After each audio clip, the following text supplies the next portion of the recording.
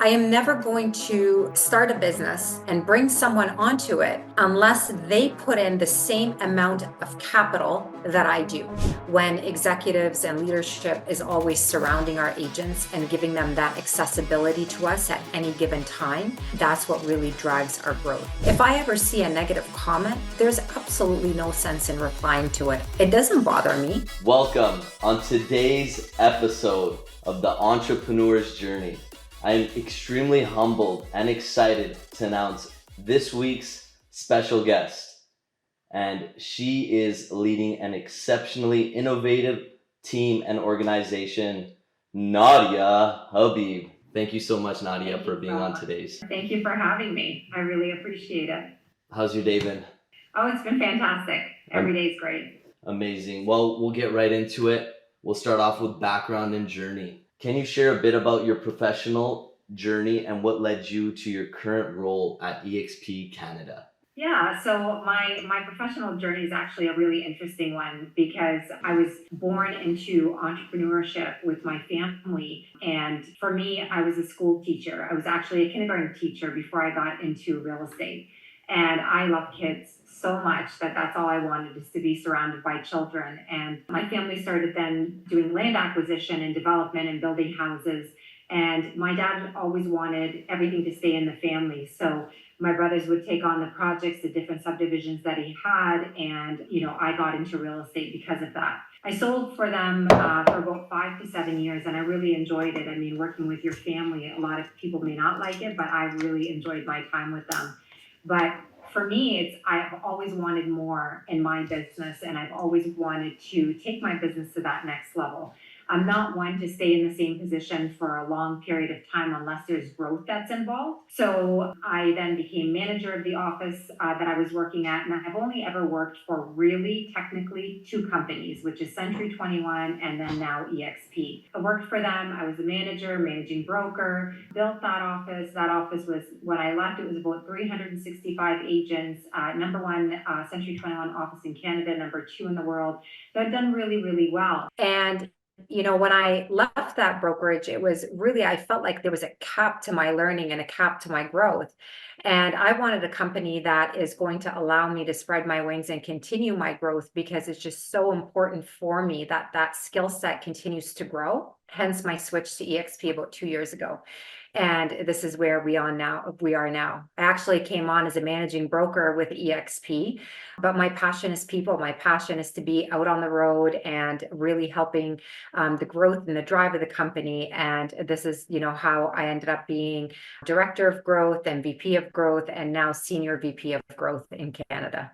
Wow. When 2 years ago, when you came onto the team, were you just like working as a real estate professional or a team lead, No, or what was your I role? just came on. I just came on as a managing broker, and it was, it was a transition time for me from my previous company. And when I came on as a managing broker, I'm like, this is the same. Like, I don't want to do this. I want to do more. And just because I know my skill set, and I did not want to be behind a computer, I wanted to be on the road, being able to help train, retain agents as much as possible. What have you found, Nadia, to be the most challenging part about retaining and attracting great talent? The challenge is always with attracting great talent. It's always challenging because, when you're that talented and you're that productive, don't necessarily want to move. Moving companies is a big change. And, as human beings, we don't like change. We like comfort. We like, stability. So to cause chaos in an organization is very difficult. However, one of the things that's really helped, or that really goes a long way, is showing value and what your value proposition is, really zeroing in on, what that person has at their current brokerage as opposed to what they can have with eXp. And that's the reason people move, is they look at it as in, can I build a better future for myself if I am at a different brokerage? With the retention aspect of it is, real estate, we have a lot of agents that are coming into the business, but our statistics show that anywhere between 6 to 8 agents out of 10 leave the business within the first 2 years.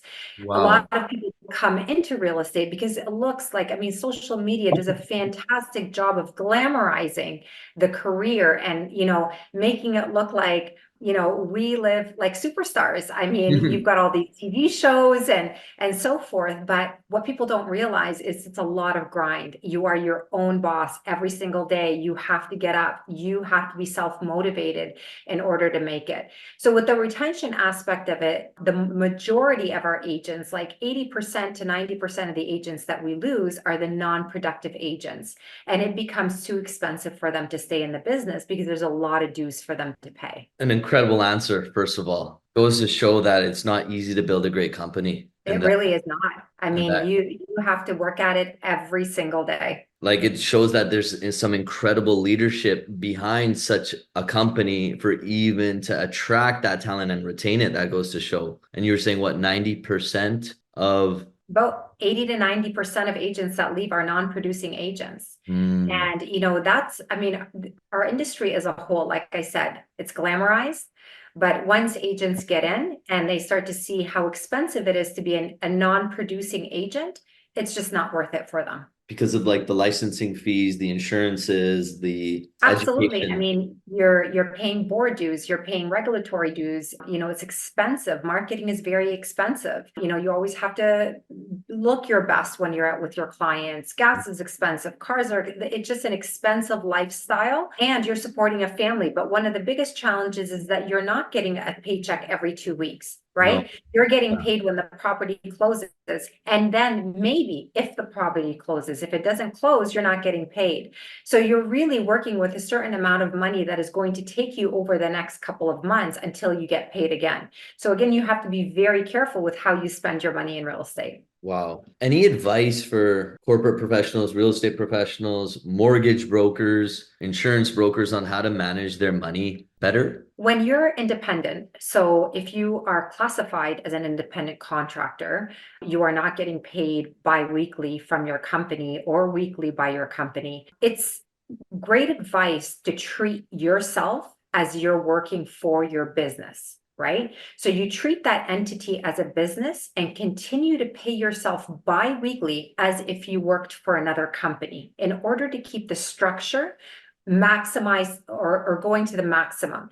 So for example, if I got paid a $10,000 check and then I got paid a $5,000 check, I'm going to have my bi-weekly withdrawals, and my bi-weekly withdrawals should be able to cover my expenses for the 2 weeks. When you tap into that bank account on a regular basis and it's not planned money, you're going to spend it. So as easy as it comes in, the easier it is to spend it. And I strongly suggest that anyone that is working under the independent umbrella to be able to schedule when they're going to get paid. Pay yourself like you are an employee of that company. Wow, that's incredible advice. It's not easy. And I guess a follow-up question is, do you have any systems or accountability checklists for the viewers watching this today or listening to this on Spotify on how they can manage or organize their financials? Well, the first step is first step of many, right? You've got to figure out what your carrying costs are. So what are going to be my carrying costs for that period of a month? And in a period of a month, if I'm going to get paid twice, what do I need to make in order to cover my carrying costs and my lifestyle needs? Is it 10,000? Is it 20,000? Is it 15,000? Then that's what you're going to get paid bi-weekly minus the taxes. So it's really about figuring out what your expenses are, and you're incorporating your expenses. Not only is it your lifestyle that you're paying for, but also your business expenses is what you have to pay for as well. So you have to make sure that money covers it. So once I figure out what my monthly expense is going to be, I know what my 2 withdrawals from my company account is going to be. And then I calculate what I need to make on a yearly basis in order to cover my lifestyle and my business. Anything that's left over at the end of the year, that's a bonus and a plus. It's a surplus for the following year, or an investment opportunity for that person to whether invest in other properties or whatever it is that they're going to be doing with their money or reinvest it in their business. It's amazing how like fundamentally simple you made it sound, but yet how hard it really is. Because It really is very difficult. I personally, I'm 27, young business owner, just recently got my company incorporated, but it's like I get paid, in bulks, and then it's like boom. Next Oh, thing you you know, spend you're in like, bulks, yeah. where You're like, did what happened? Where'd the money go? oops. My mother, she's constantly like, so you made this much last year, but where's the money? And I'm like, yes, you're Yeah. actually right, mom. Like Well, where did it go? the sad thing is that you're not the only one, right? I Think mean, so? everybody does this. Everybody does this. And I've seen this happen so many times, especially when you're getting paid in chunks of money. The one thing, I mean, obviously school is fantastic. But the Absolutely. one thing that when we are going through grade school, high school, until you hit university, there is no finance education. So No. it's not like they sit down these kids and they teach them how to allocate their money and the importance of saving money and spending money on the right items. So Mm, for us, when we're successful in business and we get a big chunk of money, that big chunk leaves our bank account as quickly as it came in mm. because in our mindset, we're going to get more and it's going to be even more than what we got the first time. So it's really important because you never know the stability of the market, right? No one ever anticipated what we were going to get through COVID times, after COVID times, the fluctuation in the interest rates that are happening. So no one can predict the market. You always have to leave yourself a year in advance in your bank account to be able to cover yourself in the event that something happens with the market. Interesting. So a 1 year so this is like advice for any entrepreneur or even just any like what Anyone, this is the anyone. best safety blanket. It eliminates a lot of fears that people have. It eliminates not only fear of not making enough to cover your costs, but eliminates fear of staying in situations or jobs or positions that you may be very unhappy, but cannot afford to leave because you can't take that lag time in between in order to find another job.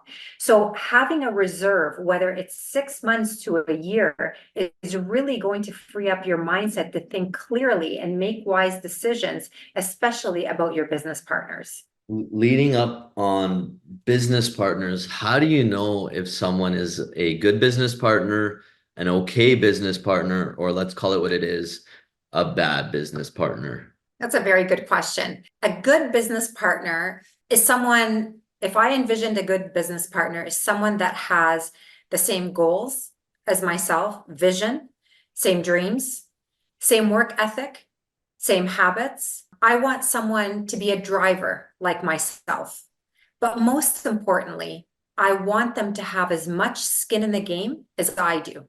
I am never going to start a business or start a team or an organization and bring someone onto it unless they put in the same amount of capital, same amount of money that I do. When individuals don't take risks, they're not working as hard because they don't have much to lose. When Mm, you have something to lose, you are going to work extra hard. But again, wow. we only attract like-minded people. So you're going to attract like-minded individuals that have that same work ethic as you do. So is that principle, I forgot from which physicist that was, that like attracts like? Absolutely. How does a leader know this is another leader in the Um, making? Like they could be a it, young leader or a leader with just as much skin in the game as you, but they're, let's say, from a different brokerage like Remax, and they're like, oh, that brokerage is weird. I don't want it. I like where I am because I'm comfortable. how do you differentiate? It's really difficult. When they're established, it's easy to see because you get to see their income, you get to see their production. When they're established, you can see who the leaders are. When they're new into real estate, it's very difficult because, like I said, they come into real estate with the perception of what real estate is, but they don't know the back end work Mm, that they have to do in order to become successful. And I've interviewed hundreds and hundreds of agents coming into the business over my years in real estate. And wow. I've had some who, will say to you, I'm going to be your number one agent. but they can't even produce one transaction a year. So again, it's the perception, but if you have the work ethic and if you have that self motivation, that driver in you, it's literally impossible not to make it in this business. But you have to treat it like a business. You can't just sit back with in any industry. If you want to be a leader, you have to chase the business. If you want to grow the team or your team or to form a team, no one is going to join you unless they see that you can lead, and you have to lead by example. So if you're not doing any business, no one's going to join your team. Therefore, you're not going to grow. And it's a lot of responsibility when you become a leader, because you're no longer just responsible for yourself. Now you're responsible for a community, right? You're responsible for other people's lives. Leadership style is lifting people up. It's finding those individuals that are susceptible to change, that want to incorporate these different methods and sales strategies into their lives and be able to excel at what they do every single day. Incredible. Do you find that a lot of real estate professionals are lost in today's market, given the fluctuation of our current like interest rate market? Yeah. Sorry, the current like financial market and just the cost of borrowing. Lost is, probably not the right word that I would use. I would say, they're not adapt to changing markets. If you've been in the real estate industry or the mortgage industry or the finance industry for a long period of time, like anywhere between 15 to 35 years, you've gone through the ups and downs of the market. So you've been through a down market, you've been through a recession market, and you know what it takes in order to get, to persevere and to be able to create business in a down market. However, when you have agents that have come in a strong market and business was easy for them, they don't adapt as quickly to a changing market. The interest rates have gone up, but realistically, when interest rates were at 2%, we were still doing the stress test and qualifying them at 5.5, 5.9%. So what has really changed? It's the inflation rate went up. I completely agree with that. But if we went back to when our parents purchased homes, interest rates were 20%. Wow. So here we are looking at, oh my God, the interest rate is 6%. When is it going to drop back down to 1.5 or 2%? Reality is, everything goes up, but also pay has gone up, wages has gone up, people's spending has gotten worse. So the spending habits is the problem, right? That's what we have to look at. But if we compare apples to apples, it was significantly more expensive back then. Wow. That's an amazing answer. Very well.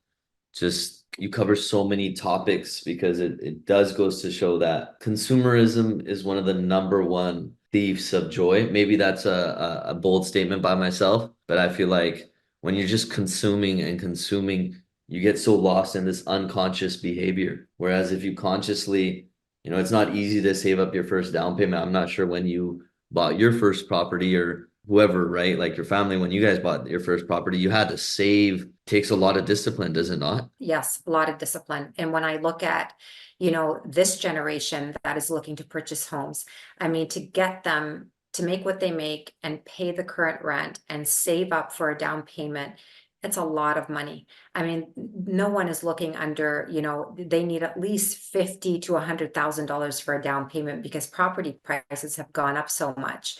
We're very lucky in Canada that we still have pockets that have homes for sale under 400,000, under 300,000, but there isn't a lot out there that, individuals can afford.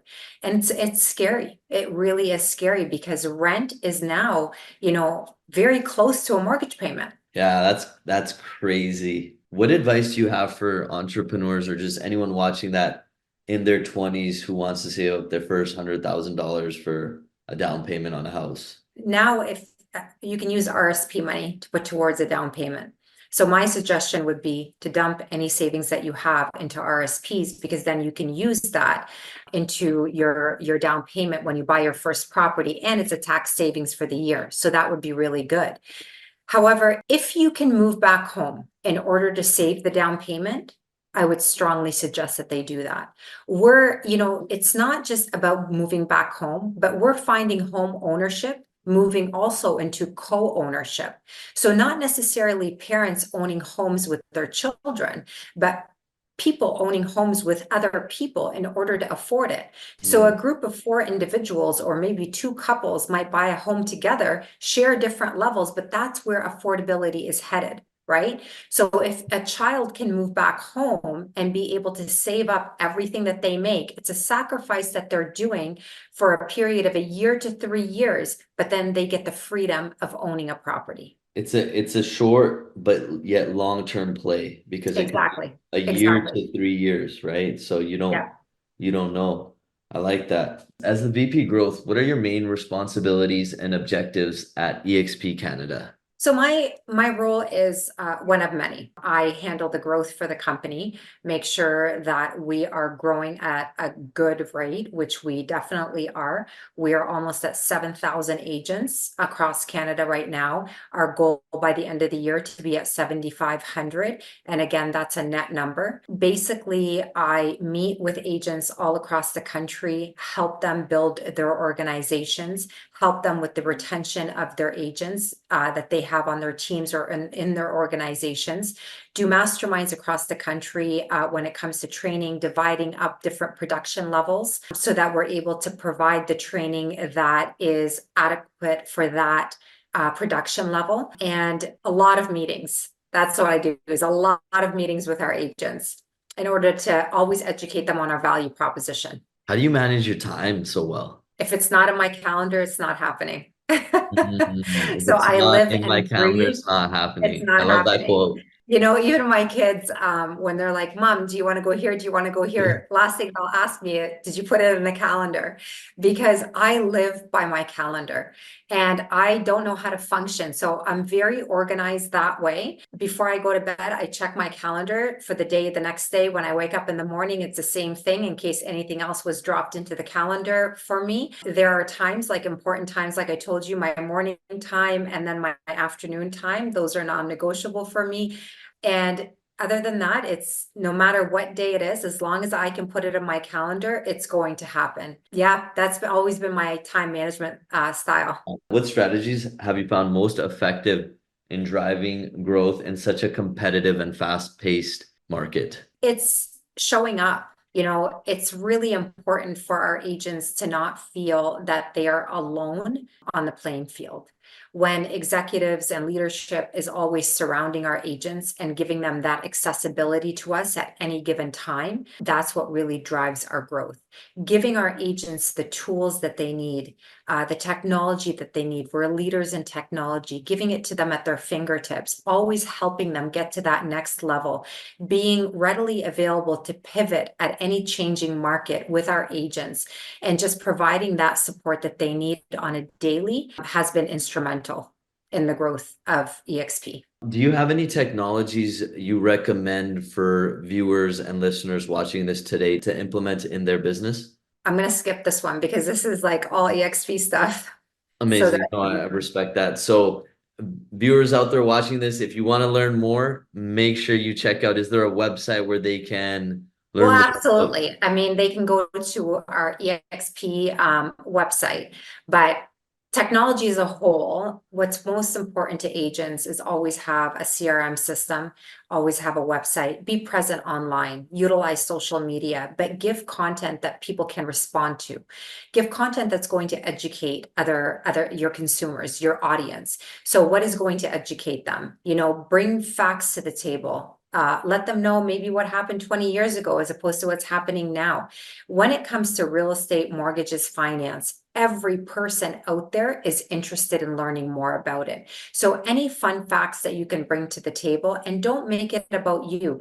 Just because you're in real estate doesn't mean that your audience wants to see open houses and for sales on your social media every single day. How are you finding current professionals' content? Like when you see it on social media, the perception, I know this is a vague question, but do you feel like it's an accurate depiction of the industry as a whole? I think everybody has their own style, which is really intriguing. Yeah. You know, we have some are very serious and some are very fun and some dress up and some don't and some are very casual. And I feel social media is a way to show your personality. You Mm, know, if I talk to you every day and I know your talking style, and then I go to your social media and it is completely different than what I know you, it looks like a fake account to me. mm, So when I look at interesting. social media, I want to be able to see the person's personality, no matter who they are. And that's why I think it's so important that when you're posting videos, that they're authentic. So when I did the one for Mental Health Awareness Month, I just came back from conference. I had a fever, I was sick, but I wanted to put out a video. And I did it. No filters, my authentic me. That's what you're going to see in here because that's what my viewers see me and know me as. And I don't want them to see it any different. Authenticity is, I find to be Very such a powerful. powerful, yeah. Yeah, it's very, very powerful. Yeah, I mean, it's the reason why I'm like, I have to interview her. Like, you're I the saw best. that right when I saw that, I was like, wow, like it's just like you lead by example. Thank And you. I it appreciate it. it's not often when you see someone so brave and yet leading so many people to like, because let's be real, a lot of people will judge, right? I've been judged myself for a majority of Yeah. my life. So I guess my question to that is, when you put yourself out there, how do you deal or what advice you have for the listeners watching this, entrepreneurs, creatives, they could be artists watching this. When they put their work out there, you can feel or you can receive all sorts of criticism, judgment, or even praise or glory. But how should one manage all those different emotions and energies coming towards their personal brand, their business, or their work? It's difficult. I mean, it's easy to get caught up in the negative comments that you hear or the negative surroundings that you're in. But one should know, I mean, putting yourself out there, it's your authentic self. You should never be embarrassed about what you're going through, or if you are going through anything at all. It's just putting yourself out there. Everyone has gone through something in their life. Mm, And the people that continue to drive and move forward and become more and more successful, mhm, it's bringing awareness to the table. You're not sitting there and you're not sulking over what happened. You are just bringing awareness and how surrounding yourself by the right people can really help you in your day to day. Reaching out to the right people and talking to them and venting to them is really going to help you. If I ever see a negative comment, there's absolutely no sense in replying to it. I leave it. It doesn't bother me. I mean, I can't personally, thank God, say that I've ever received it. However, if I did, I would ignore it because it's only going to bring you down. And people that have the ability to publicly put a comment on a post that you did have no shame. So mhm. they're looking for that internet interaction. And that's something that you should never give them because that's what they're looking for. They're looking for an argument online. You know what you represent. You know what your value worth is. You know what your success level is and where you want to take your business. You know your leadership style and your skill set.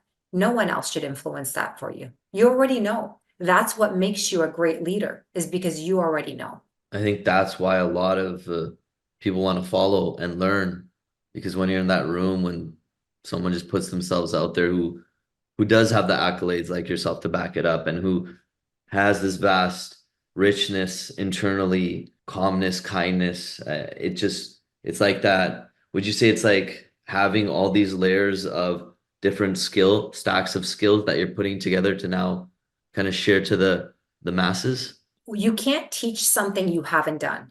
You can't talk about something you haven't experienced because it comes with no emotion and it comes with no passion. I've been through many different roles over the 23 years that I've been in real estate.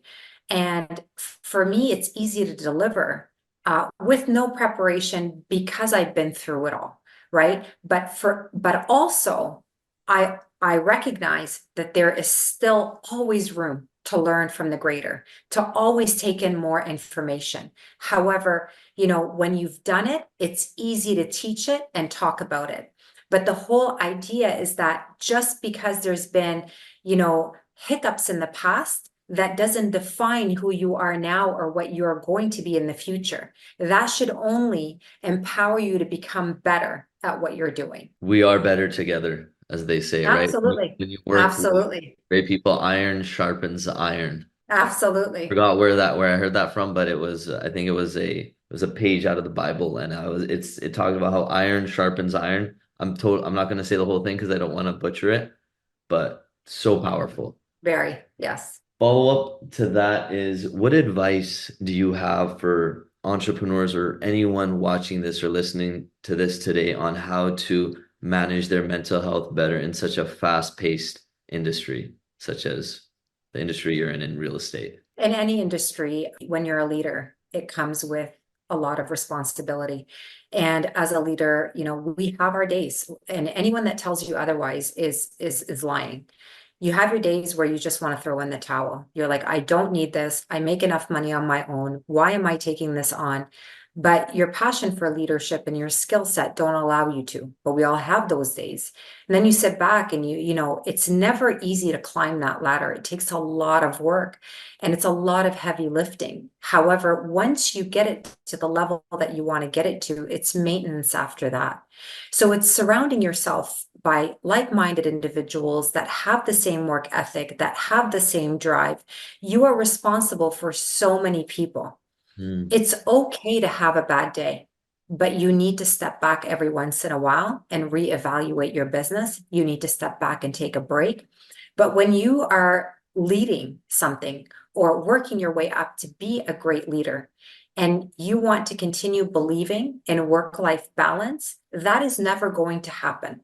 There is no such thing as work-life balance. I am not a believer of that because if I am working so hard to grow what I have, something else is suffering because my time is all here. So something here is suffering.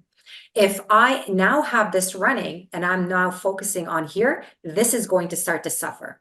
There is no work-life balance. It's giving what is needed to that certain component of your life at that certain time.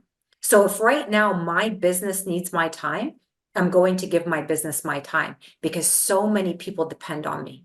And then I can also focus on other aspects of my life. That's a lot to take in. I can't even imagine what that's like. Thank you so much for sharing that in-depth answer. It's my pleasure. What advice would you give to aspiring entrepreneurs and corporate leaders who want to follow a similar path? They might be in a different country listening to this, and they're Yeah. like, I want to become VP growth of, Mexico or the US, or I'm not too sure how it works, but what advice do you have for young leaders, future leaders listening to this on pursuing some form of leadership in their careers? Doesn't necessarily have to be real estate. So continuous growth, both personally and professionally. It's really important to never stop building your skill set. Always continue learning, learn everything inside and out. Have that curious mindset of, you never want to settle for because.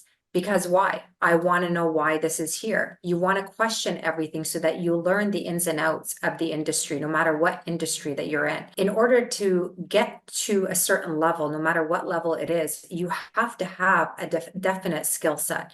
No one is going to hire you on the individual that you are, but if you bring value to the table because of your knowledge and your skill set, then that is where they're going to see the value in you and want you in certain positions. So for me, it's the hunger for learning. That's how I got here. Building my skill set, always wanting to move my business to that next level, never settling for what I have, always wanting to set a good example for my children that you can never stop growing, that you can always continuously climb and get to a higher level by surrounding yourself with like-minded individuals.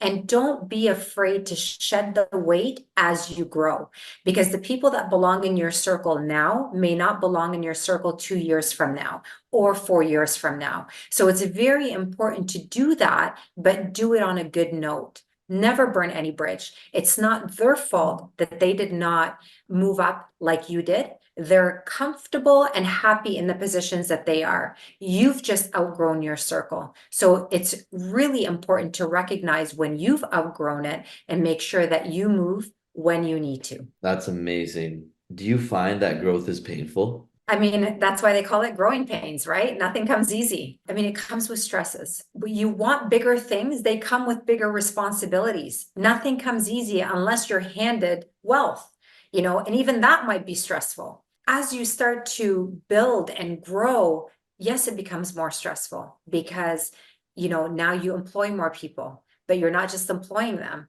And now you've taken on the responsibility of feeding their families. So now it's a different, like it just, there's so much to it. But a good leader always finds a solution. They have a plan before they start the business. They don't open the business and then go do a plan, right? And they're going to fail at some things. That's why they have multiple things going at the same time because they don't know which one's going to fail and which one's going to go through. I mean, heck, Elon Musk had to launch 4 times to get it right. Right. So if this is a genius launching rockets, I mean, running a business is not easy. It never comes easy. And it's important to recognize that it is going to be hard work, but hard work brings great reward and it is so worth it. You guys hear that? This is absolute gold.